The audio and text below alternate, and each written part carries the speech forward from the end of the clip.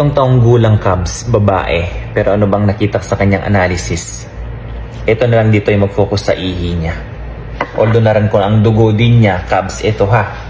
Para sa mga konsentidorang lolo't lolo dyan, o konsentidorang magulang dyan, para sa kagustuhan ng anak. Yung tipo ba na kapag hindi binibigay ang kagustuhan ng anak, sobrang tantrums? Sino ba dapat ang masunod? Ito po ay purong impormasyon lang po ha, hindi po ito medical advice. Example lang natin ito.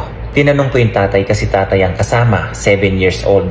Sabi ko, sa inyo bang dalawang mag-asawa, sino ang merong mataas na sugar o diabetic? Sabi niyo yung nanay. Etong anak mo na ba to? Simula ba nung pagkapanganak, meron na siyang sugar? Sabi ng tatay, wala naman siyang sugar nung pinanganak yan. Nitong late na lang kasi itong nanay niya, lahat ng gusto nito ibinibigay. Naniniwala ba kayo na dahil dyan sa sakit mo ngayon, dahil ba sa genetics nyo? Nanay nito may sugar, tapos yung anak may sugar din. Ano ang mali? Okay, Cubs, huwag nyong sisihin yung genes, okay? Na galing sa magulang nyo o galing sa mga ancestor nyo. Bakit? Kaya kayo nagkakaroon nung karamdaman ng inyong magulang o kaya galing sa ancestor nyo.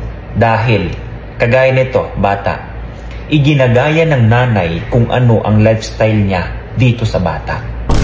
Hindi po ba? Magbigay tayo ng magandang konkretong example. Okay, correlated naman itong sasabihin ko sa inyo bilang ehemplo dito sa topic natin ngayon. May 5 magkakapatid, tapos ang magulang nitong 5, yung nanay ang merong diabetic, yung tatay wala. Tapos, sa kanilang ninuno, lahat diabetic ang kanilang history. Sa tingin nyo lahat nito magkakapatid magkakaroon ng diabetic? Pwede. Okay? Dahil nasa atin ang genes. Ang problema, for example, dito sa 5 na to, pwedeng 1 o 2 lang magkaroon niya ng diabetic. Kung, for example, itong 2 na to, favorite o kay idol nila si nanay. Anong ibig kong sabihin?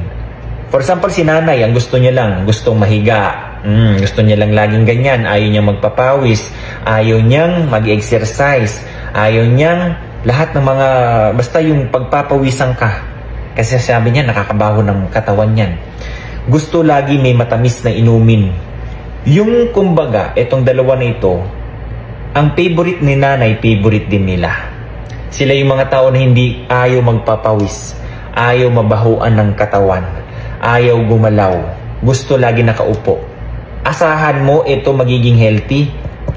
Malamang sa malamang makukuha nila. Kasi favorite o kaya idol nila si nanay. Nagkakaroon din ng diabetic yung 2 na yan. Etong 3, athletic. Gusto pagpawisan lagi. Gusto laging aktibo. Tapos ayaw nila ng mga kagaya ng iniinom ng nanay nila na favorite nila mga inuming matatamis. So tama pala Cubs yung mga nabasa ko mga pag-aaral.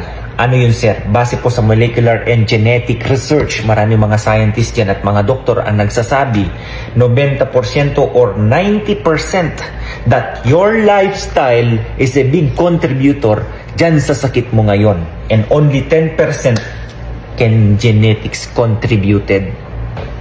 So sa tingin mo dito sa 5 magkakapatid, bakit 2 lang ang kinapitan nitong sakit nila na galing din sa mga ninuno nila? Dahil nga sinunod ang lifestyle ng nanay.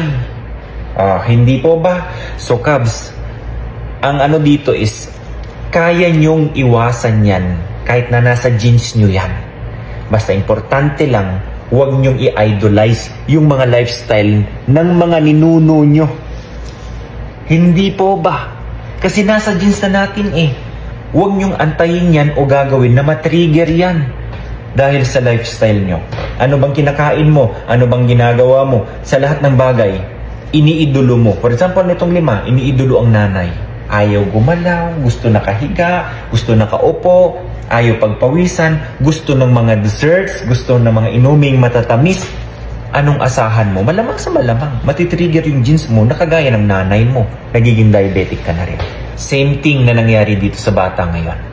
Dahil sa kagustuhan ng nanay, ayan, na-trigger ang genes niya.